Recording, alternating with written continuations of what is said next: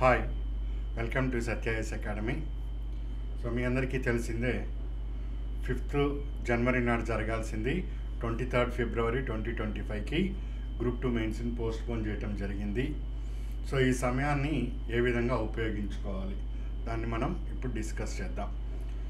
So examiner మనల్ని ఎక్కడ trap చేస్తాడు, దానికి అనుగుణంగా మన ప్లాన్స్ ఎట్లా ఉండాలి అన్నది ఇక్కడ చాలా ముఖ్యమైన విషయం. సో సాధారణంగా అభ్యర్థులు ఒక పరిధి గీసుకొని ఈ పరిధిలో మాత్రమే ప్రశ్నలు వస్తాయి అనుకొని అక్కడ వరకే ప్రిపరేషన్ కొనసాగిస్తారు. గ్రూప్ 2 ప్రిలిమ్స్లో చూస్తే మీకు ఆ విషయము అర్థమై ఉంటుంది. సో ఎగ్జామినర్ వన్స్ ఈ పరిధి దాటి బయటికి వెళ్ళి ప్రశ్నలు తీసేస్తే 150కి 30 రావటం కూడా కష్టమవుతుంది. సో గ్రూప్ 2 ప్రిలిమ్స్ మాదిరే గ్రూప్ 2 మెయిన్స్కి కూడా అవకాశం ఉంటుంది. పేపర్ ఈజీ వస్తుందా టఫ్ వస్తుందా అని ఎవరికి ఇప్పుడే తెలవదు. సో బట్ ప్రిపరేషన్ని మాత్రం ఇప్పుడు వస్తున్న ట్రెండ్ని పరిశీలన చేసి దానికి అనుగుణంగా ఆ ట్రాప్లోకి వెళ్లకుండా చూసుకోవాలి. అందుకోసమే బేసిక్స్ మనం ప్రిపేర్ అవుతాం, ఏదైతే అప్డేట్స్ ఉన్నాయో అప్డేట్స్ని ప్రిపేర్ అవుతాం. ప్రిపరేషన్ అయింది ఎంతవరకు మనము అవుట్కమ్ తీయగలుగుతున్నామో దాన్ని టెస్ట్ రూపంలో టెస్ట్ చేసుకుంటూ వస్తాం. ఈ మూడింటిని కలిపి మనం తీసుకెళ్ళగలిగితే 100% సక్సెస్ అవటానికి ఛాన్స్ ఉంది. ఎక్సెప్ట్ మీరేమైనా ఎగ్జామ్లో తప్పు చేసి వస్తే మినహా సో జాబ్ మిస్ అవ్వటానికైతే అవకాశం లేదు. సో అంత ఘనంగా ఎట్లా చెప్పగలుగుతున్నామంటే ఎస్, మనం చాలా హార్డ్ వర్క్ ఇక్కడ చేయటం జరుగుతున్నది. సో సెప్టెంబర్ సైన్స్ అండ్ టెక్నాలజీలో అక్టోబర్, నవంబర్, డిసెంబర్, జనవరి, ఫిబ్రవరి ఈ 5 నెలల ప్రెస్ ఇన్ఫర్మేషన్ బ్యూరోస్ని అప్డేట్స్ని, మినిస్ట్రీ నుంచి వచ్చే అప్డేట్స్ని పర్ఫెక్ట్గా ఫిల్టర్ చేసుకోవటం జరుగుతుంది మనము. సో అక్కడ 40+ నుంచి 75 క్వశ్చన్స్ వస్తాయి.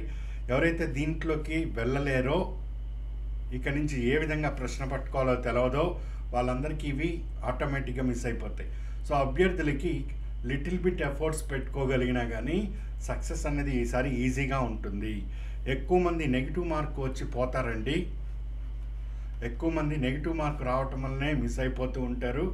సో ఈ నెగిటివ్ మార్క్ రాకుండా ఉండాలంటే కాస్త మన పరిధిని పెంచుకొని ట్రెండ్కి అనుగుణంగా ప్రిపరేషన్ చేయాలి. సో అవి ఇక్కడ మనకు క్లియర్ అవుతుంది. నెక్స్ట్ ఎకానమీ ఎగ్జామ్ 23rd ఫిబ్రవరి నాడు ఉన్నది. సో అలాంటి సమయంలో 1st ఫెబ్ నాడు కొత్త ఎకనామిక్ సర్వే వస్తుంది అండ్ కొత్త బడ్జెట్ 2025 రావటం జరుగుతుంది. సో ఖచ్చితంగా 23rd అన్నప్పుడు ఒక 5 రోజుల ముందుకి మనకు పేపర్ సెట్టింగ్ అయితే ఈ కొత్త అంశాలకే అధిక ప్రాధాన్యత ఉంటుంది. ఇది సెకండ్ పాయింట్ అభ్యర్థులు గుర్తుపెట్టుకోవాలి. సో ఏపీ ఎకానమీలో ఇప్పుడు మనం ఇస్తున్న ఈ పాలసీస్ కానీ, ఇప్పుడు చెప్తున్న ఈ బడ్జెట్ కానీ, ఇవన్నీ కూడా అప్డేట్స్తో పాటు మనం అప్పటి వరకు కన్సిస్టెంట్గా మెయింటైన్ చేయగలిగితే ఖచ్చితంగా ఏపీ ఎకానమీలో మనం 30కి 20 నుంచి 25 మధ్యలో స్కోర్ చేసుకోగలుగుతాం. అండ్ ఏపీ హిస్టరీ ఇక్కడ సాధారణంగా ఈ గౌతమిపుత్ర శాతకర్ణి యొక్క విజయాలని తెలిపే శాసనం ఏది? ఏ నాసిక్ శాసనం, బి నానాగఢ్ శాసనం, సి అమరావతి శాసనం, డి జూనాగఢ్ శాసనం. ఇట్లా వస్తాయి, రావు అని చెప్పట్లేదు. కొద్దిగా ట్విస్ట్గాని ఇచ్చాడంటే అసలు మార్నింగే అభ్యర్థులందరూ కూడా ఫిల్టర్ అయిపోతారు. సో ఎగ్జామినర్ని తక్కువ అంచనా వేయద్దు. ఈరోజు ఆన్లైన్లో ట్రెండ్ బాగా నడుస్తున్నది. ఆన్లైన్లో ఎగ్జామినర్ ఒకప్పుడు ఈ బుక్ మాత్రమే ఇచ్చి దీంట్లో మాత్రమే ప్రశ్నలు రూపొందించేవాళ్ళు, కానీ ఇప్పుడు అట్లా ఉండటం లేదు.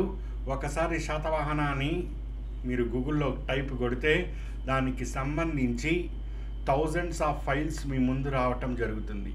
వీటి నుంచి ఎగ్జామినర్ తేవటం వలన ఎక్కువ మంది దాన్ని అందుకోవటం కష్టమవుతూ వస్తుంది. నేను ఈ బుక్ వరకే చదివాను అంటే అది కాంపిటేటివ్ ఎగ్జామ్లో నేను ఇంతే చదువుతా, నాకు ఇంతే సిలబస్ అంటే అట్లాంటివి చెల్లుబాటు కావు, ఎక్కడా కూడా అంగీకరించరు. సో ఎగ్జామినర్ ఎట్లా వెళ్తున్నాడో దానికి అనుగుణంగా వెళ్ళాలి. సో ఇక ట్విస్ట్లు వచ్చినా కానీ షాక్స్ అంటాం, దాన్ని భరించాలి. ఉదాహరణకి వీరేశలింగం గురించి మీరు అందరూ ఇప్పటికే కంప్లీట్ చేసేసారు, మొత్తం చదివేసాము. ఇప్పుడు ఈ విధంగా ఒక ప్రశ్న అన్నది తయారు చేసి మీకు ఎగ్జామ్ పేపర్లో రావటం జరుగుతుంది. ఆంధ్రకౌల చరిత్రని వీరేశలింగం గారు రచించారు. ఆంధ్రకౌల చరిత్రని వీరేశలింగం రచించారు. స్టేట్మెంట్ కరెక్టా తప్ప? First one. ఇది 3 భాగాలుగా ముద్రించబడింది. 3 భాగాల, 2 భాగాల, 1 భాగమా? సెకండ్ డౌట్ వస్తున్నది. థర్డ్, మొదటి భాగంలో అలసాని పెద్దన, నంది తిమ్మన, వంటి కవుల ప్రస్తావన ఉన్నది. 4th వన్, ఆంధ్ర కవుల చరిత్రని పిఠాపురం మహారాజు అయిన సూర్యరావుకి అంకితం ఇవ్వటం జరిగింది. సో ఇది వీరేశలింగం గారి మీద ఎగ్జామినర్ ప్రశ్న రూపొందించాడు అనుకోండి. సో ఏపీ హిస్టరీలో మీకు ఒకటే గురి ఉంటుంది. మొత్తం చదివాను నేను 60+/75. ఆయారాం గయారాం. ఇక మళ్ళీ అసలు మధ్యాహ్నం ఎగ్జామ్ రాసే ఓపిక కూడా ఉండదు, అంతా టఫ్ చేసి పారేస్తాడు. సో ఇట్లాంటి మొత్తం పేపర్ ఇట్లా ఉంటుందని చెప్పను. సో ట్రెండ్ మారుతున్నప్పుడు కొన్ని ఈ రకంగా కూడా ప్రిపేర్ అయిన వాళ్ళే ఈసారి 90,000 నుంచి 900లోకి రావటానికి అవకాశం ఉంటుంది. ఇస్తాడని 90,000 మందిని ఫిల్టర్ చేయాలన్నప్పుడు ఈ నాసిక్ శాసనాన్ని ఎవరు రచించారు, ఇట్లాంటివి ఉంటాయి. కానీ అన్నీ అట్లాంటివే ఉంటాయని ఎక్స్పెక్ట్ చేసిపోతే ఇట్లాంటి షాక్స్ మనం ఎదురవుతాం. అందుకనే మనము వీటిని సాధ్యమైనంత ఎక్కువగా, 100% ఎవరి వల్ల కాదు చేయటం, సాధ్యమైనంత ఎక్కువగా వీటిని తయారు చేసుకొని టెస్ట్ని మనం చేసుకోవటం బెటరు. రాజశేఖర చరిత్ర రచించింది ఎవరైనా కానీ అందరం ఆన్సర్ చేసేస్తాం, అది వీరేశలింగం పంతులు గారు. ఇప్పుడు వీరేశలింగం పంతులు గారికి ఎగ్జామినర్ ఆన్లైన్లోకి వెళ్ళి బిట్టు తీశాడంటే మ్యాక్సిమం ఫిల్టరేషన్ అయిపోతుంది అక్కడే. సో ఇటువంటివి, ఈ టిప్స్ని జాగ్రత్తగా ఫాలో అవ్వాలి. అందుకే నేను ఇవన్నీ రాసుకుంటున్నాను. ఇవన్నీ బిట్స్ మీకు టెస్ట్ అని, టెస్ట్ 1. సో గతంలో మనం డిసెంబర్లో అనుకున్నాం, షెడ్యూల్ మారటం వల్ల నేను మళ్ళీ మార్చాను మీకు. అప్పుడు సమయం సరిపోలేదు, అయినా కానీ ఎంతవరకు ట్రై చేసాం. 10 గ్రాండ్ టెస్ట్లు అనుకున్నాం, ఇప్పుడు సమయం చాలా ఉంది. సో అట్లాంటప్పుడు ఎగ్జామినర్కి కూడా సమయం దొరుకుతుంది, దీన్ని ఉపయోగించుకుంటాం. అందుకే నేను చెప్తున్నాను, నేను ఎంత కష్టపడుతున్నానో మీరు అదేవిధంగా కష్టపడితే జాబు ఆపటం ఎవరి తరము కాదు. సో అంత కాన్ఫిడెన్స్ నాకుంది. నేను ఎంత వర్క్ చేస్తే కానీ ఈ ఒక్క బిట్ తయారు చేయడానికి నాకు ఎంత లేదన్నా కానీ 30 minutes పట్టిందండి. కావాలంటే మీరు ట్రై చేసుకోవచ్చు దాన్ని. Next foreign trade policy. ఇది కన్వెన్షనల్ బేస్డ్ క్వశ్చన్. ఇట్లా 3 తీసుకొని వస్తాడు. సన్సెట్ క్లాస్ ఉందా, FTA పాలసీ ప్రకారం ఎగుమతులు, ఏదో చిన్న మెలిక ఉంటుంది అక్కడ. సో దాని నుంచి ఫిల్టర్ చేస్తాడు. అదేవిధంగా మనం ప్రెస్ ఇన్ఫర్మేషన్ బ్యూరో వీటి నుంచి సైన్స్ అండ్ టెక్నాలజీ బిట్స్ని తీసి ఇవ్వటం జరుగుతుంది. డైలీ ఎక్స్ప్లెనేషన్స్ ఇస్తున్నాం అవకాశాన్ని బట్టి. సో ఇది మొత్తం నువ్వు SNT ఎన్ని కోర్సులు తీసుకున్నా, ఎంత చదివినా, లేటెస్ట్ అప్డేట్ ఇది తెలవకుండా ఎగ్జామ్లోకి పోతే ఎగ్జామినర్ ఖచ్చితంగా ఇలాంటి బిట్లు ఇస్తాడన్న విషయం తెలిసి కూడా చేయలేకపోతే ఇంకా ఎక్స్పెక్ట్ చేయటం అనవసరం అవుతుంది. అందుకని మనం ఇస్తున్న ఈ అంశాలని అభ్యర్థులు ఖచ్చితంగా ఫాలో అయ్యి తీరాల్సిందే.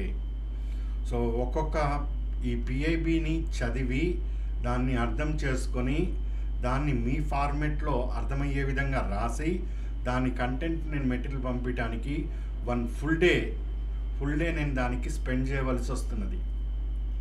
ఇంత వర్క్ నేను ఇక్కడ చేస్తున్నాను, ఇంత వర్క్ చేస్తున్నాను కాబట్టే మీకు ఇక్కడ ఈజీ అవుతూ వస్తున్నది ప్రిపరేషను. ఇది ఉపయోగించుకున్న వాళ్ళకి నేను చెప్పేది. ఉపయోగించుకున్న వాడికి అదే బుక్ ఉంటుంది.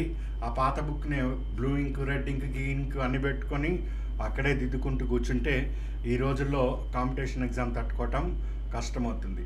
ఈ అప్రోచ్ అయ్యారు, ఇప్పటివరకు అయింది, దీన్ని ఫర్దర్ ఏంటి అని ఆలోచించుకోవాలి మనము. సో ఈ విధంగా దీన్ని ప్రశ్న తయారవుతుంది. ఇంకా వస్తాయండి అప్డేట్స్. సో ఇది నేను నవంబర్లోనే తీసుకున్నాం, ఇంకా డిసెంబర్లో ఉన్నాయి, జనవరిలో ఉన్నాయి, ఫిబ్రవరి ఉన్నాయి. ఫిబ్రవరి 20 వరకు ఇంపార్టెన్స్ ఉంటుంది మనకు ఏదో రూపంలో, అది గుర్తుపెట్టుకోండి. ఇది ఏపీ ఇండస్ట్రియల్ పాలసీలో micro small medium enterprises policy 2024-29. Micro small medium enterprises policy మొత్తం 38 pages ఉంది. అది పైకి చదివితే మామూలుగా ఒక 20-30 minutesలో అయిపోతుంది.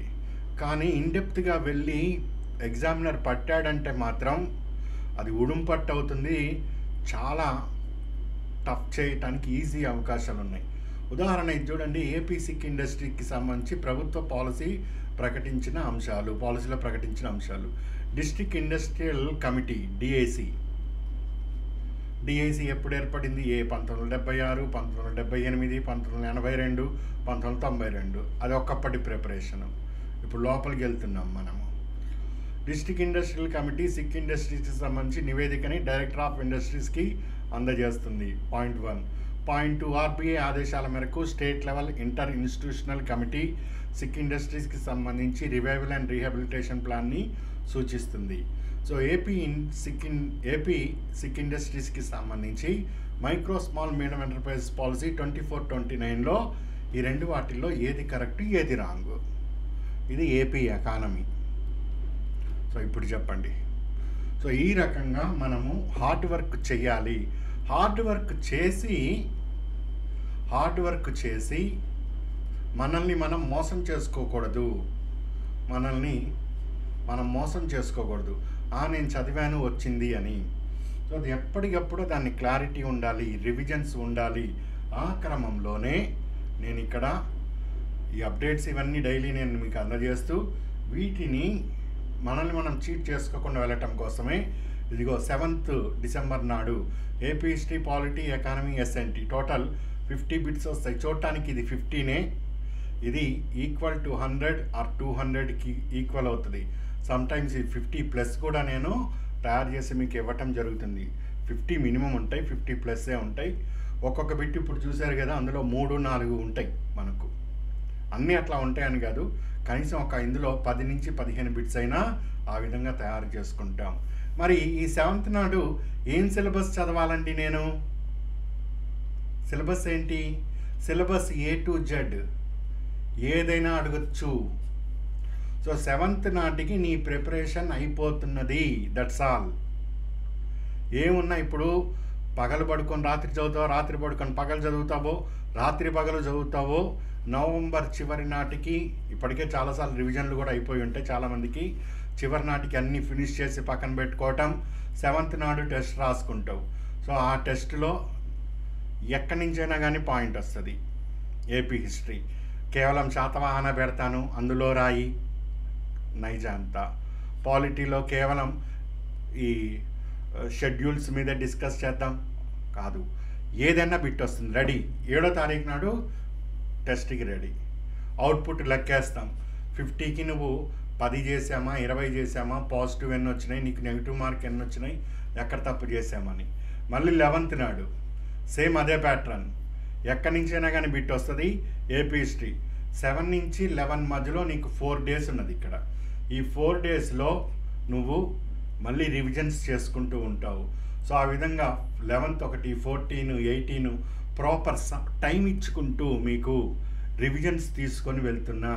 ప్రతి టెస్ట్ పవర్ఫుల్గానే ఉంటుంది. ఇక్కడ మీకు ప్రతి దాంట్లో కూడా ప్రెస్ ఇన్ఫర్మేషన్ బ్యూరో ఉంటుంది, కన్వెన్షనల్ ఉంటుంది, కరెంట్ ఆస్పెక్ట్స్ ఉంటాయి, హిస్టరీ ఈ రకమైన బిట్లు ఉంటాయి, పాలిటీ బిట్లు ఉంటాయి.